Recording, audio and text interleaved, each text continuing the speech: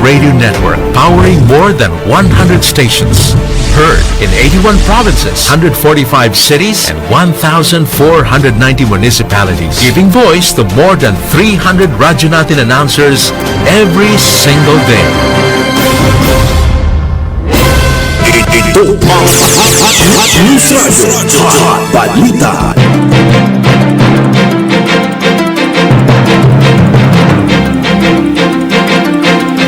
DXTC 95.9 na Radyo Natin FM Cotabato City is a proud member of the KBP Kapistanan ng mga broadcaster ng Pilipinas of MBC Manila Broadcasting Company. Ora Media Group ay tama po ang inyong mga oras sa buong kapuluan. 1 minuto makalipas ang alas 7 ng umaga. Bismillah, Assalamualaikum, ang kapayapaan ay sumasa inyong magandang umaga, Bangsamoro. Welcome aboard sa Hot Balita alas 7. Ngayon ay araw na Huwebes, ika-5 sa buwan ng Pebrero 2026 at ika-17 sa buwan na Shaban ng 1447 sa Islamic Isra Calendar. Sa ngalan po ng aming butihing station manager, sa aming admin officer KBP License Sir PB Jowaril, at sa aming news head Miss Naronisa Mamital Kusin, at sa aming mga media technician, ako po ang inyong makakasama ngayong araw, Radyo Natin Caroline Abbas. 4 na minuto makalipas ang alas 7 ng umaga at ang oras na natin sa inyo ng Cotabato Institute of Technology Foundation Incorporated at ng Al Rais Ventures Corporation na sa pamahala ni Manager Abidin E. Ali at ng Green Pharmacy. Para sa mga preskong gamot, hanapin lamang ang Green Pharmacy na makikita sa tapat lamang ng People's Palace in Suat Avenue, Cotabato City. 4 na minuto makalipas ang alas 7 ng umaga at bago natin dakuan ang ating mga balita, alamin muna natin ang lagay ng panahon ngayong araw ng Huwebes.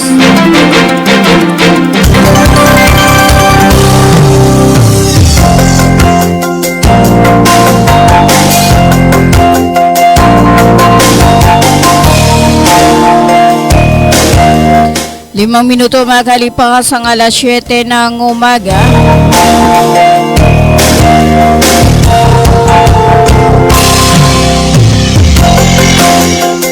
Base sa inilabasan ng Pag-asa, update para sa bagong bagyong Basyang sa BERMM, February 5, 2026.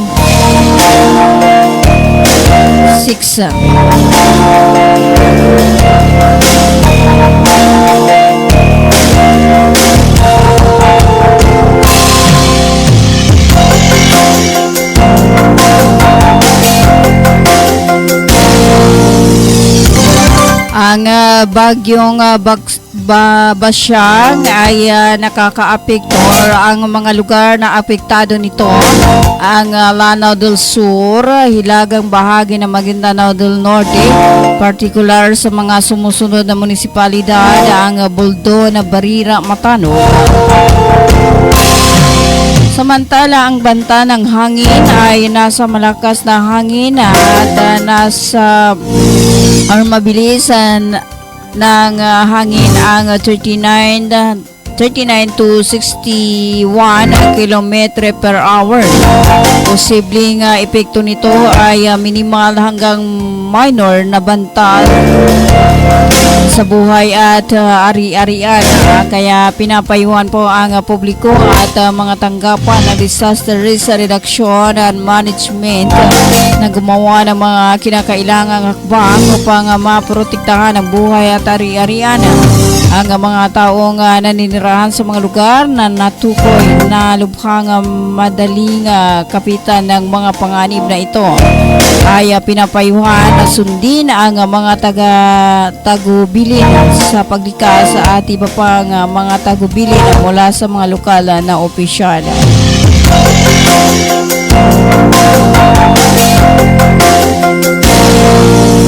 At At yan po ang update ngayong araw ng Huwebes,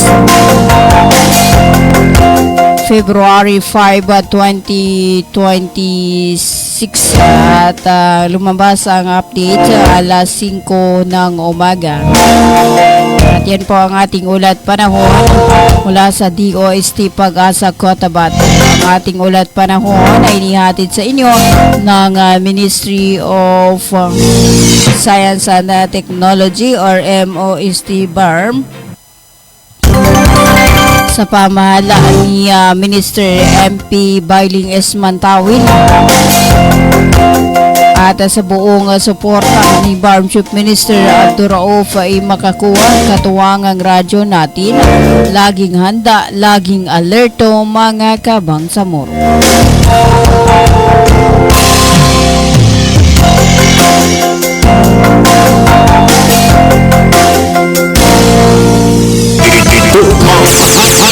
News Radio Hot Balita.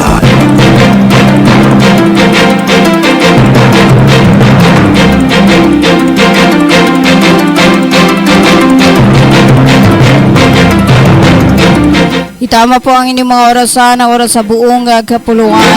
9 na minuto makalipas ang alas 7 ng umaga.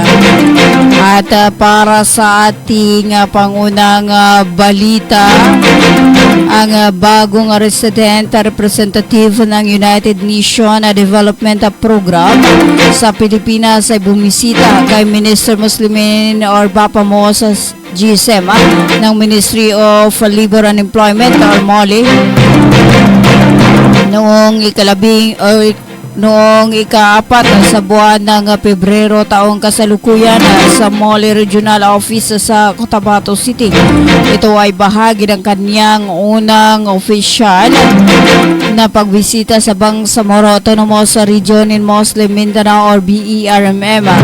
Sa pagbisita ay pinahayag ni UNDP Philippine Resident Representative Christophe Bahit kasama ang kanyang team ang kanilang sigasiga na patuloy na mapabuti ang buhay ng mga Pilipino at ng mga Bangsamoro sa pamagitan ng mga inclusive initiative para sa sustainable development. Dahil sa matagal ng pakikipagtulungan ng UNDP, ibinahagi rin ni Minister Sema ang iba't ibang programa at serbisyo na ipinapatupad ng MOLE sa buong rehiyon ng Bangsamoro na naayon sa mga layunin at agenda ng UNDP. Pinalakay din ang mga tie-up para sa mga programa sa paggawa. Ipinahiwatig ni Mr. Bahit ang suporta ng UNDP sa mga programa sa human development na nakatuon sa governance, peace building, economic transformation at innovation sa pamagitan ng technological advancement tulad ng paggamit ng artificial intelligence. Labing isang minuto makalipas ang alas 7 ng umaga.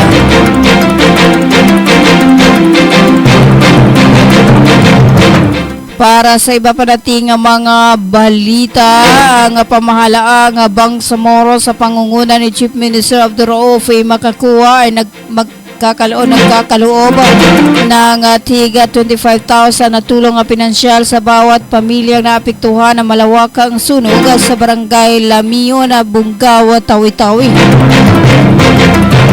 Tinatayang 1,000 na pamilya ang na makikinabang sa ayudang ito na magmumula sa Quick Response Fund ng Bangsamoro Autonomous Region in Muslim Mindanao.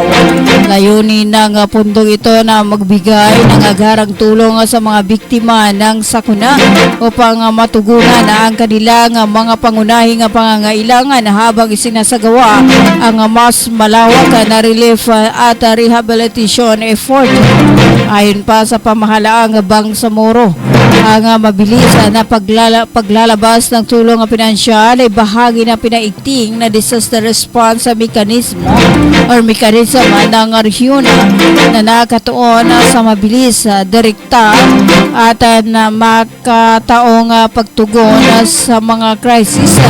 Ito rin ay alinsunod sa adhikay mas matatag na Bangsamoro na inuuna ang kapakanan, dignidad at agarang pagbangon ng mga apektadong mamamayan. Ang mga kaugnay na ahensya at lokal na napamahalaan kabilang ang Ministry of Social Services and Development, Municipal Government of Bunggao at Provincial Government ng Tawi-Tawi ay patuloy na makikipag-ugnayan upang matiyak ang maayos at patas na pamahagi ng tulong, pagsasagawa ng Rapid Needs Assessment at pagbibigay ng karagdagang suporta sa mga pamilyang naapektuhan. Muling pinagtibay na pamahalaang Bangsamoro ang pangako nito na walang maiiwan sa panahon ng sakuna at patuloy itong kikilos upang palakasin ang kakayahan ng mga komunidad na makabangon at maging mas handa sa hinaharap. 14 minuto makalipas ang alas 7 ng umaga. Pinangunahan ni Minister MP Bailing Mantawila ng Ministry of Science and Technology ang formal na turnover na production area at makabangong processing equipment para sa kalamansi juice processing sa mga agri-farmers ng First Excellent Agri-Farmers Marketing Cooperative. Ito ay bahagi ng patuloy na pagsulong ng inobasyon at kaunlarang pangkabuhayan sa Bangsamoro. Ang aktibidad ay nais sa katuparan sa suporta ni BARM Chief Minister Abdurrauf Makakua at pinangasiwaan ng MOST sa tulong ng Science and Technology Services Division sa pamumuno ni Chief Munawara Abdul Badi.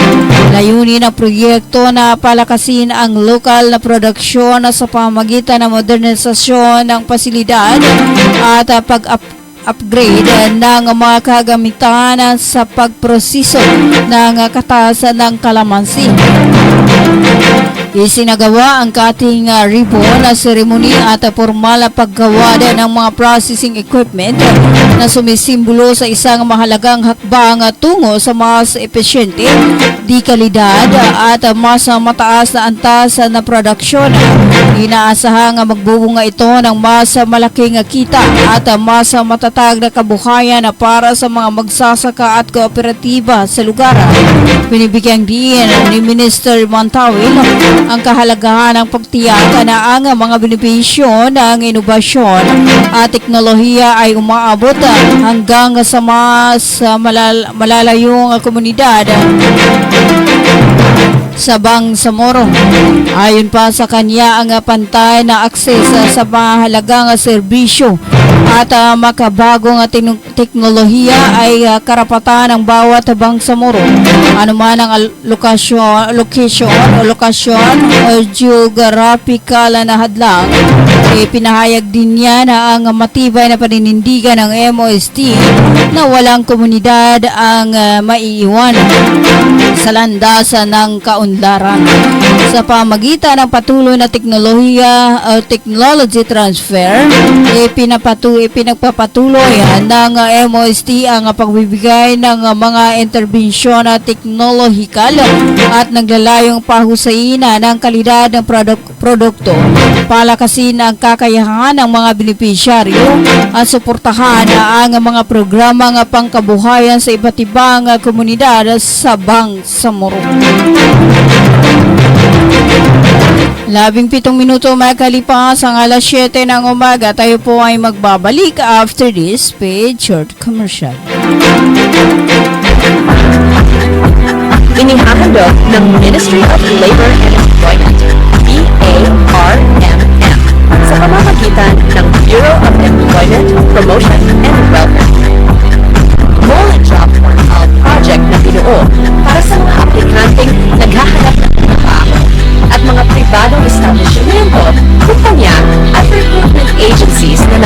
kailangan ng mga trabahante. Libre. Madali. Ligtas gamitin para sa mga job seekers at employers. Narito ang iilan sa features at function ng online platform system na ito.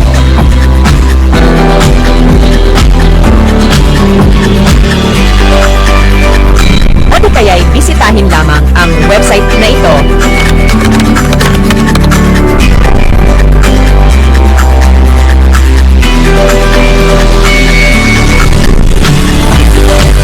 O maaari din i-scan ang QR code sa larawan.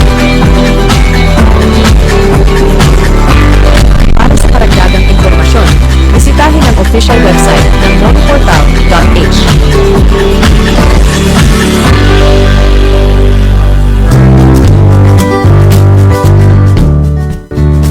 Karapatan mo, protektado ng batas. Alam mo ba na may batas na tumitiyak sa karapatan nating mga persons with disability sa Pilipinas? Ito ang Magna Carta for Persons with Disability o RA 7277. Tinitiyak nito ang bawat person with disability may access sa edukasyon, trabaho, transportasyon, kalusugan at rehabilitasyon. Ayon sa RA 7277, dapat may wheelchair ramps, accessible toilets at sign language interpreters sa mga pampublikong lugar. Sinasabi din sa batas na to na may proteksyon tayo mula sa diskriminasyon sa trabaho, paaralan at serbisyo. Pinalakas pa ito ng RA 9442 para sa dagdag ng benepisyo, RA 10070 para sa pagbuo ng Persons with Disability Affairs Office o PIDAO sa bawat munisipyo at syudad, at RA 10544 para sa mandatory employment quota o kinakailangan na 1% ng kita ng empleyado ay persons with disabilities. Tandaan, ang kapansanan hindi lang sa karapatang pantao dahil tayo ay may batas na kakampi natin at magpoprotekta sa ating mga persons with disabilities. Karapatan mo, ipaglaban mo. Ang paalalang ito ay hatid sa inyo ng Access Project. Hello mga mamis!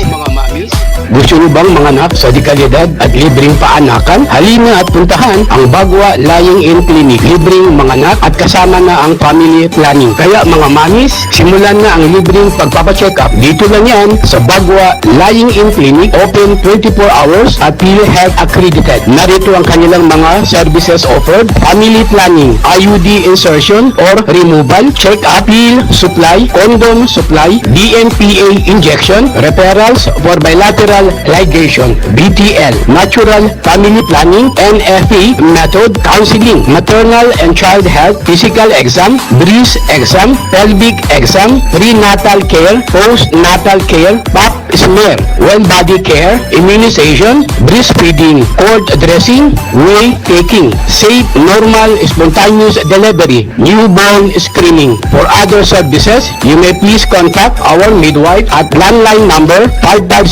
557-4422 or a cellphone number 0917-531-6697. Para sa mga karagdagang katanungan, pwede kayong bumisita anumang oras sa Bagwa Lying-in Clinic at hanapin lamang ang kanilang clinic manager. Ang Bagwa Lying-in Clinic ay matatagpuan sa Quimpo, Bagwa 2, Cotabato City. Owned and managed by Madam Fe Camano Mandi. Tandaan mga mamis, Bagwa Lying-in Clinic.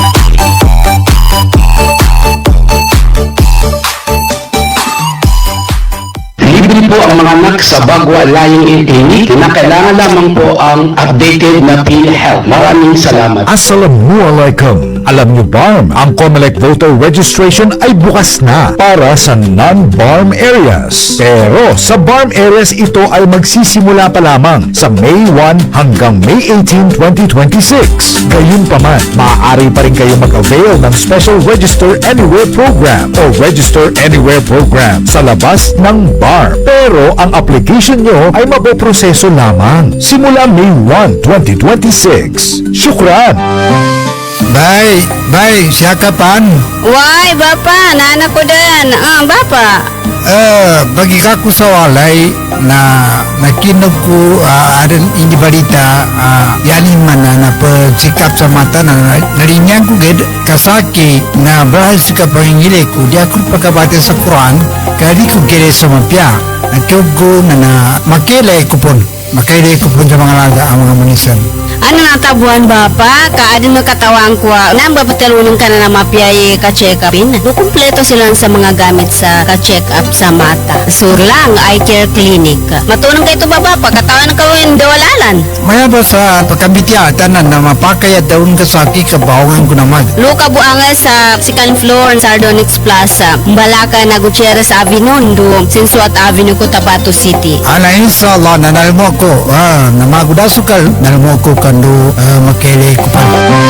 Mga pagali nami, mga pagkat nami, mabangili ka no sa mapeka check-up ni sa mata, undo kompleto yung mga gamit nin, naangay ka no sa Glang Eye Care Clinic, maton sa second floor, Sardonyx Plaza, Balaka na Gutierrez Avenue, undo Sinsuat Avenue, Cotabato City. Mapakaya tamawag ka no sa cellphone number nila 0966-024-6066. Kano email ad nila, glangacc@yahoo.com. Ang ikanudan sa Glang Eye Care Clinic. Glang Eye Care Clinic. Bumili at manalo ng 300 trips to Mecca raffle promo sa KCC Mall of Cotabato. May 1 raffle entry sa bawat 200 pesos sa KCC Department Store o 1 raffle entry sa bawat 500 pesos sa KCC Supermarket gamit ang KCC Forever Bonus Card. May chance ka pang manalo ng 40 million shopping money. Milyong exciting prizes. KCC Supermarket, nakabarato. Everything's here at KCC for you. When we crave to have fun, yet our time is one song. Everyone is thinking of a crunch with real chicken inside and deliciously fried. Virginia crunchy chicken nuggets. Here it is, it's extraordinarily crunchy. Virginia crunchy chicken nuggets. It's real chicken goodness, tasty, oh yes, crunchy goodness in every bite. Virginia crunchy chicken nuggets.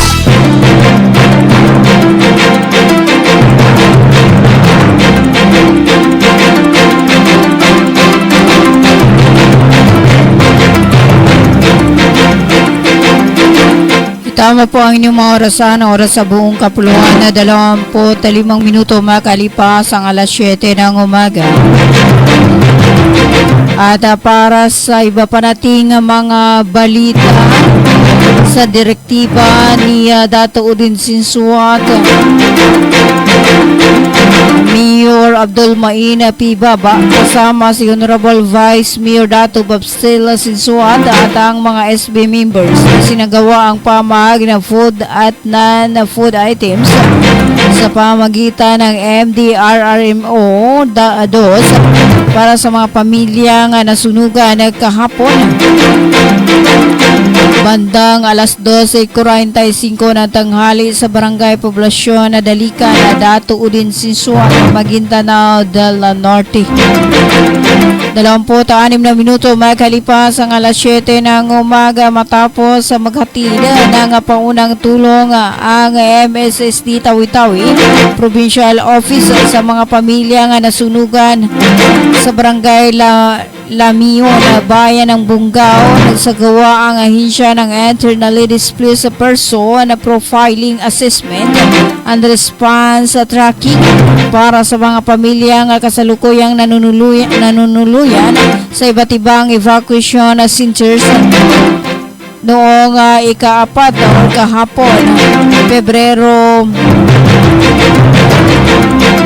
4 taong kasalukuyan. Layunin ng isinagawang profiling at assessment na matukoy ang bilang ng mga pamilyang apektado, ang kanilang kasalukuyan sitwasyon at ang mga kinakailangang hakbang at angkop sa tulong na dapat ipagkaloob sa mga biktima ng sunog. Sa kabuuang 532 pamilya na ang na-profile at natukoy ang kanilang kasalukuyan na sitwasyon. Sa bilang na ito, 374 pamilya ang pansamantalang nanunuluyan sa Amel Bahar Evacuation Site, 67 sa White House site, 43 sa Lis site, 25 sa Lasa site, 13 na sa Isolation site, 7 sa Frontier site at 3 sa Napuker site. Samantala, patuloy pa rin ang isinasagawang profiling at assessment para sa iba pang pamilyang biktima ng sunog upang masiguro may pagkaloob ang nararapat at napapanahong tulong sa mga apektadong pamilya. 28 minuto makalipas ang alas 7 ng umaga. Tayo pa rin ay patuloy na nakikinig sa 95.9 ng radyo natin FM Cotabato City.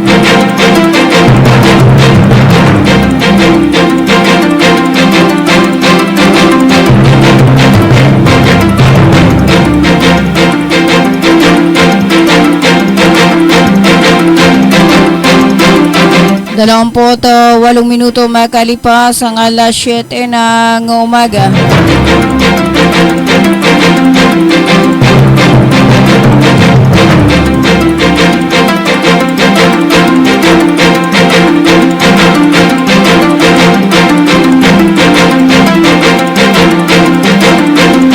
At para sa ating panghuling balita, mariing giniin ng sangguniang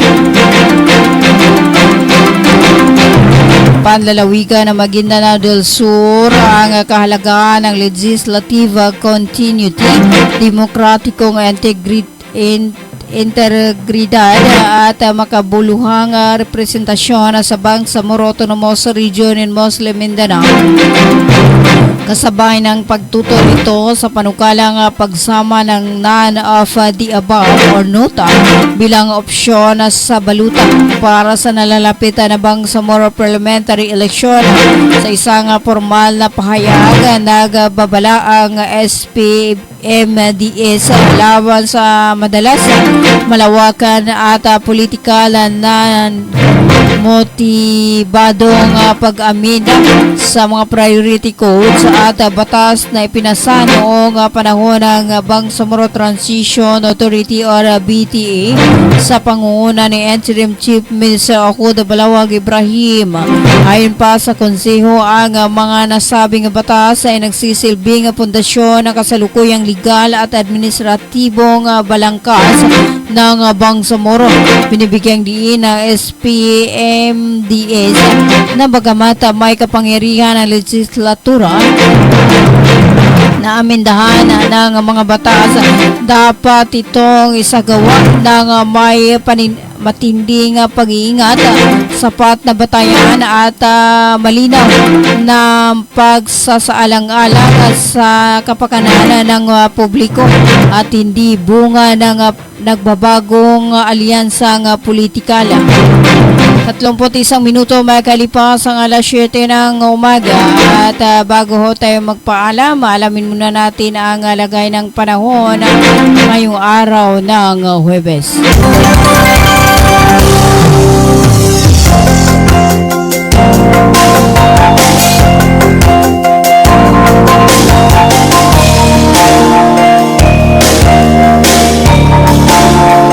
Base sa pinakahuling monitoring, namataan ang sentro ng Baguio, humigit kumulang 440 kilometro sa silangan ng Hinatuan, Surigao del Sur. Taglay nito ang lakas ng hangin umabot sa 65 kilometro kada oras malapit sa pinakagitna, habang umaakyat naman sa 80 kilometro kada oras. ang lakas ng bugso. Kumikilos ang bagyo pakanluran at bahagyang patimog kanluran sa bilis na 15 kilometro kada oras. Saklaw ng malakas na hangin ng bagyo ang lawak na tinatayang 300 kilometro mula sa sentro nito. Itinaas din sa signal number 2 ang mga sumusunod na lugar. Ang Surigao del Norte, kabilang ang Surigao at bukas sa Grande Islands, Surigao del Sur, Boston, sa Davao Oriental, Agusan del Norte, Agusan del Sur, Misamis Oriental, mga hilagang bayan ng Bukidnon, gaya ng Impas, Sugaong, Manulo, Fortich, Matibog, Sumilaw, Libuna, Baungo na Balay City, at Cabalasa na pati na rin ang lalawigan ng Camiguin. Samantala, nasa ilalim ng signal number 1 ang Southern Eastern Samar, Southern Samar, Biliran, Leyte, Southern Leyte, Bohol, Cebu, Sigohor, Negros Oriental, Negros Occidental, Kimaras, Iloilo, Capiz, Southern Aklan at Central hanggang Southern Antique sa Visayas. Sa isang banda sa Mindanao, sakop ng signal number 1 ang Dinagat Islands, ang natitirang bahagi ng Davao Oriental, Davao de Oro, Davao del Norte, Davao City at iba pang lugar sa Bukidnon. Southern Cotabato, Lanao del Sur, Maguindanao del Norte, Lanao del Norte, Misamis Occidental at ilang lugar sa Zamboanga del Norte, Zamboanga del Sur at hilagang bahagi ng Zamboanga, Sibugay. At yan po ang ating ulat panahon mula sa DOST Pag-asa. At ang ating ulat panahon ay inihatid sa inyo ng MOST Bar sa pamahala ni Minister MP Bailing Ismantawil at sa buong suporta ni BARM Chief Minister Abdurrauf Makakua. Katuwang ang radyo natin na laging handa, laging alerto mga kabang samoro.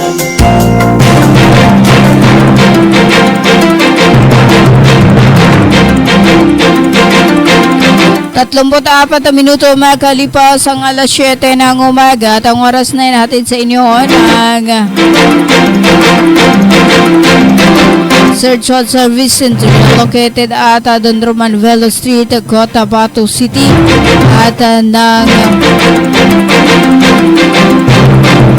Cotabato Institute of Technology Foundation Incorporated at also atid sa inyo ng Muli Bar sa pamahala ni Minister Dato Muslimin Gisem or Bapamos.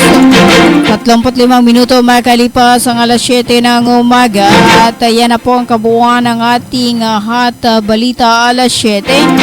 Ngayon ay araw ng Huwebes, ika-5 sa buwan na Pebrero 2026 at ika-7 sa buwan ng Shaban 1447 sa Islamic Isra Calendar. At hello po kay Ma'am Simbay Adam. Good morning po at malakas ang radyo natin FM sa amin at maraming nakikinig ngayon. From Takurong City. Sukran natin ma'am and God bless you too. Hello po kay Ma'am Simbay Adam. Ayan, maraming salamat po sa pagsama sa akin sa loob ng kalahating oras. Sa ngalan po ng aming butihing station manager, sa aming admin officer at sa aming news head. At sa aming mga media technician, ako po ang inyong nakasama, radyo natin Caroline Abbas. Magandang umaga Central Mindanao, tuloy-tuloy sa pagbabalita, tuloy-tuloy sa serbisyo. Sama-sama tayo Pilipino at sama-sama tayo Bangsamoro.